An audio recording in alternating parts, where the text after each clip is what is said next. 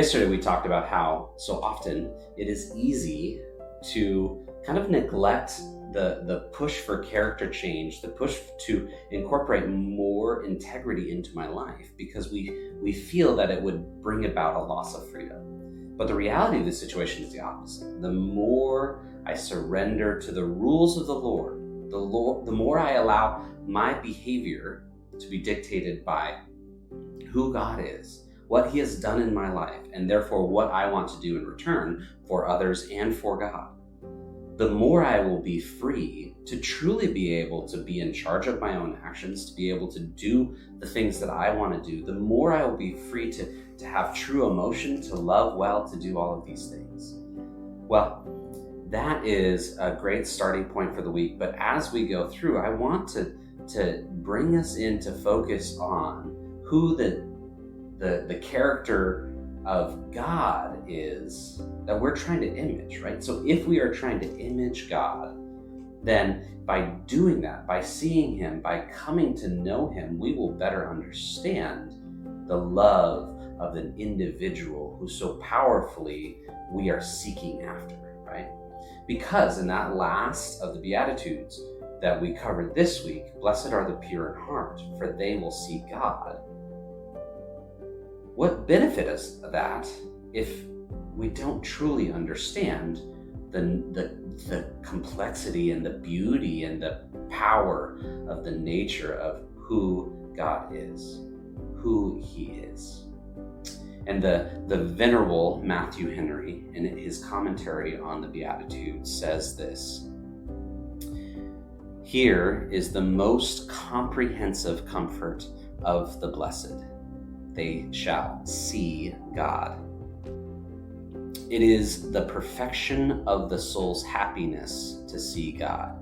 Seeing Him as we may by faith in our present state is a heaven upon earth, and seeing Him as we shall in the future state, in the heaven of heaven, to see Him as He is, face to face and no longer through a glass darkly, to see Him as ours and to see Him and enjoy Him, to see Him and be like Him, be satisfied with that likeness, and to see Him forever and never lose sight of Him.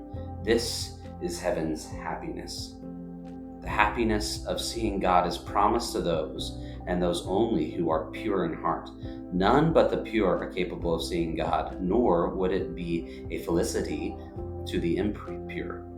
What pleasure could an unsanctified soul take in the vision of a holy God, as he cannot endure to look upon their iniquity? So they cannot endure to look upon His purity.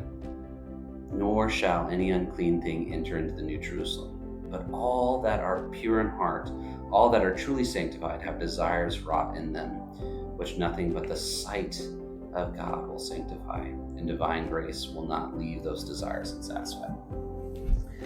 So what is he talking about here? What is Matthew Henry discussing when he is going through and he's saying, no, this is the perfection of our happiness. This is the ultimate end to what all that we are trying to do on earth.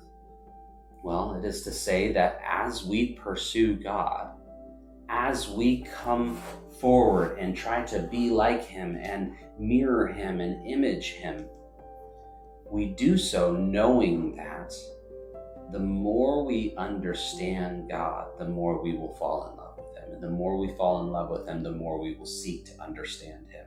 It's this ever-growing cataclysm of beauty and relationship that we must come to surrender to in order to pursue God. And in a sense, that is what it means to have faith, to pursue God in the likeness of all that He is doing in our lives, so that we might reflect it back to the lives of all of those with us. Indeed, when in 1 Corinthians 13:12, Paul talks about how right now we see through a mirror dimly, but when perfection comes, I will see in perfection. This is the notion of what it's talking about. Right now, we only see just the smallest glimpse of God. And the more we see them, the more we realize just how great, how beautiful, how magnificent He truly is. And what an astounding truth that the more we get to know God, the more desirable he becomes. That right now, all we can get is but a glimpse of eternity. That once perfection comes, and I will no longer see through a fogged up, messed up mirror that is the world that we live in, trying to reflect the light of heaven. No, when I see him in his full glory, everything will come into perspective, and immediately everything was worth it. Everything was worth the price. Every account of pain and sorrow I faced for the sake of God only brings us to a deeper satisfaction that says, no, the more I know God, the more it is worth pursuing his life for us. So I want to encourage you that into today, as you go about and as you consider the Beatitudes and what it means to be righteous, how I should be merciful, and what I should do to make sure that my heart is in line with what I know the behaviors that I should be doing. Each one of these Beatitudes, each one of these things comes with the blessing of if we are satisfied, we know that we can rely on God. If we are shown mercy, then this is what Matthew Henry was talking about in the second half of the verse, that we will no longer be able to be separated from God because we are justified by the work of Jesus on the cross. And in doing so, Jesus made it so that our relationship would no longer be tainted with the Father. And then finally, the opportunity to be pure, to be like him in such a manner that we can see him, know that he is our Father, know that he loves us tremendously so. That is the ultimate. That is the final desire of our soul.